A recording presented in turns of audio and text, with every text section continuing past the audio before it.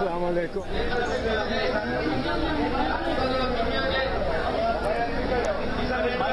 السلام علیکم.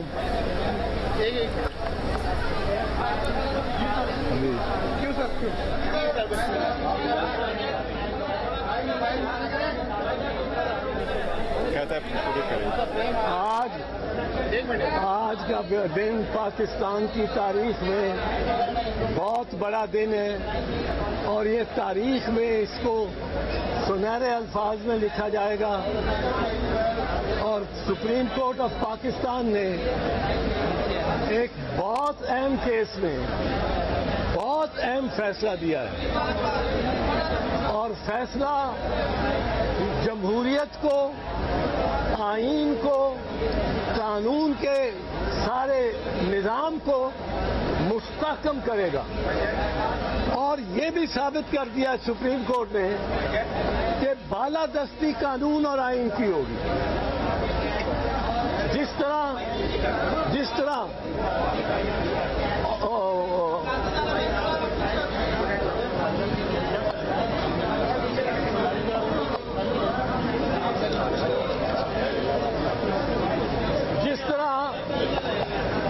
ایک انگریز آرچ بشپ نے کہا تھا بادشاہ کو، بادشاہ نے کہا میں تو بادشاہ ہوں، میرے پاس میں قانون ہوں.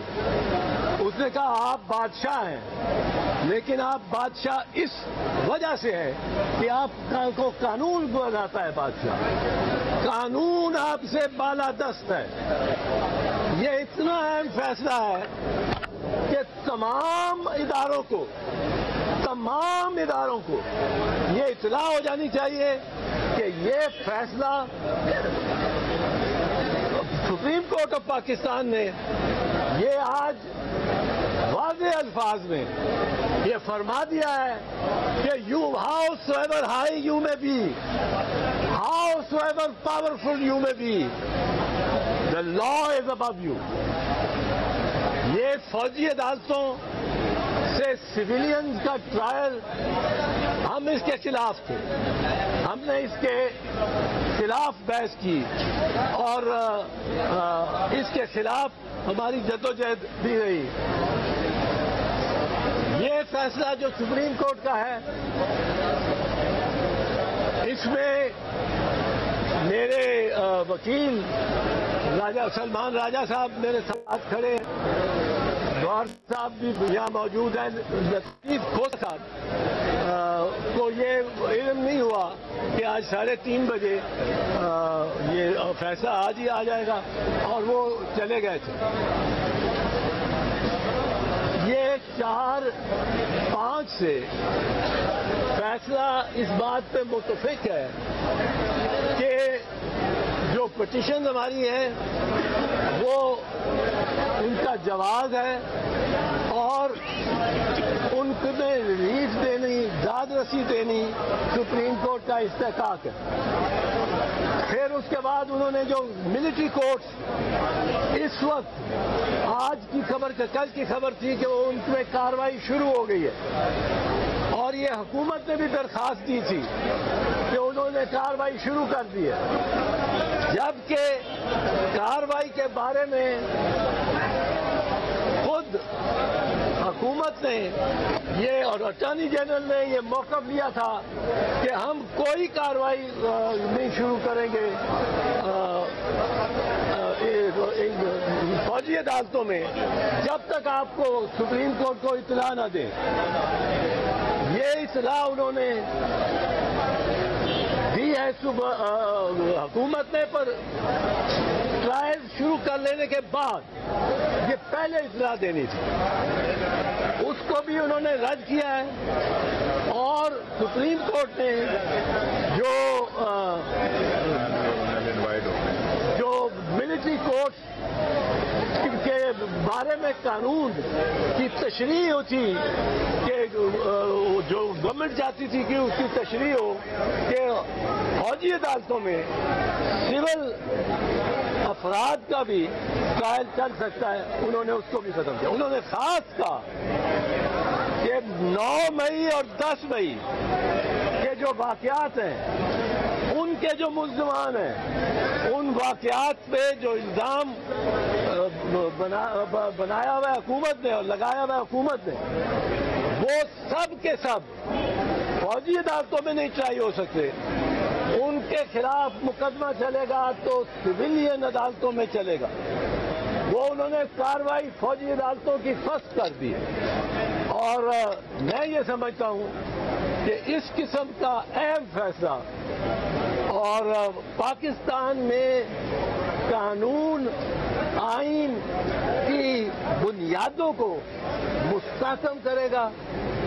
آئندہ آپ دیکھیں گے اس میں جمہوریت اور جمہوری اداروں میں اور قانون کے دوسرے سویلین اداروں میں ذرا زیادہ اعتماد آئے گا اور ان کو اب اپنی کارکردگی بھی بہتر کرنی چاہیے.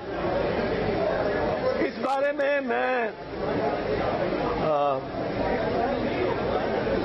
شکر گزار ہوں کہ سپریم کورٹ نے سب فریقین کو بڑے حوصلے سے سنا. بڑے اس میں سارے انہوں نے دلائل سنے، سب کو موقع دیا. اور اگر ہمیں تھوڑا سا شکایت تھی کہ ہمیں ریمائنڈر نہیں دینے دیا، پر ہم سمجھتے ہیں کہ انہوں نے بہترین ججمنٹ دیے. اور اپنی جب ججمنٹس لکھیں گے سپریم کورٹ، یہ شارٹ آرڈر ہے، تو اس سے اور رہنمائی ہوگی عوام کی، عدالتوں کی، وکلاء کی اور سول سوسائٹی اور زیادہ مضبوط ہوگی. الیکشن کیس سے کیا کہیں گے؟ الیکشن کے معاملہ چلا ہے اس کے اوپر. بلاول صاحب آئے تھے تو کیس کے بارے میں نہیں، اس کیس کا تو اس وقت فیصلہ نہیں آیا ہوا تھا نا. اس کے علاوہ کوئی ملاقات ہے بات کی؟ کوئی بلاول میں بیٹھا ہوا بات چیت کر رہے ہیں. تو آ گیا لیکن ریئیکشن تو نہیں آیا، اداروں میں کوئی لڑائی تو نہیں جا. نہیں، کوئی عدالتوں میں لڑائی نہیں ہوتی. ہمارے یہ فوجی عدالتوں کا مسئلہ تھا. ہمارے افواج جو ہیں، فوج جو ہے، یہ آئین کے ماتحت ہے. آئین کے ماتحت چلنے کی یہ خواہش رکھتی ہے، مزاج رکھتی ہے. تو اس میں کوئی ایسی بات نہیں ہے. یہ 102 بندے فی الحال ان کو یہ ریلیف ملی ہے کہ وہ فوجی عدالتوں اور فوجی کسٹڈی سے وہ واپس سویلین کسٹڈی میں جائیں گے. سول پولیس اور ان کو سویلین عدالتوں میں پیش کیا جائے گا اور ضمانت کا حق ہو جائے گا. فوجی عدالتوں میں ایک عدالت کا آپ سمپل پہلا اصول ہے کہ جو جج ہے وہ انڈیپینڈنٹ ہونا چاہیے. اب انڈیپینڈنٹ آزاد ہونا چاہیے. اس کو یہ فکر نہ ہو کہ میں نے اگر یہ فیصلہ اس کے حق میں دے دیا، اس کے حق میں دے دیا تو مجھے ٹرانسفر کر دیں گے، مجھے شو کاز نوٹس کر دیں گے میرے کو خلاف. وہ آزادی سے فیصلہ. لہذا ہمارے آئین کے تحت عدالت وہی ہو سکتی ہے جس کے پہ ہائی کورٹ کا کہ دسترس صرف ہائی کورٹ کے باہر جو ہے کہ اختیار سے باہر اس کے سپروائز کرنا، اس کو دیکھنا، اس کو ایڈمنسٹر کرنا، وہ عدالت ہی نہیں ہے. اب فوجی عدالت میں تو جو افسر بیٹھے ہوئے ہیں وہ تو انڈیپینڈنٹ نہیں. کرنل صاحب بیٹھے ہوں گے، فوجی عدالت لگی ہوگی. اب کرنل صاحب کو تو یہ پتا ہے کہ مجھے یوں ٹرانسفر کیا جا سکتا ہے، مجھے یوں نکالا جا سکتا ہے فوج سے. تو بائی ڈیفینیشن وہ فوجی عدالتیں عدالت ہی نہیں کہلا سکتی. اور سپریم کورٹ نے آج جو سیکشن 4 کو بھی کل عدم قرار دیا ہے، اس سے اب آئندہ بھی نہیں کہہ سکتے. اسی سپریم کورٹ نے 14 مئی کو پنجاب میں الیکشن کروانے کا حکم دیا تھا، اس پر امپلیمنٹ ابھی تک نہیں ہوا. تو کیا اس آرڈر پہ امپلیمنٹ ہوں گے؟ اگر نہیں ہوں گے تو اس کے کیا کانسیکوینسز ہوں گے؟ دیکھیں، آرڈر پہ امپلیمنٹیشن ہوگی، مجھے یقین ہے. کوئی ایسی بات نہیں. عمر صاحب، بندیال صاحب بھی کر جاتے آرڈر، وقت کو اس پہ عمل درآمد ہوگا. پوائنٹ یہ ہے لیکن پہلے بھی اس عدالت میں یا لیجٹمائز کرنا تھا فوجی عدالتوں کو یا ڈی لیجٹمائز کرنا، اور کچھ نہیں تھا کرنا۔ ججوں نے جا کے خدا نہ خواستہ خود کو فوجی افسروں کو عدالت سے اٹھا کے تو نہیں کرنا، لا انہوں نے ڈکلیئر کرنا، انہوں نے لا ڈکلیئر کر دی۔ اب فوجی عدالتیں نہیں بیٹھ سکتی آئین اور قانون کے ساتھ۔ سر میاں صاحب کے بارے میں نواز شریف صاحب نے جس طرح گفتگو کی ہے،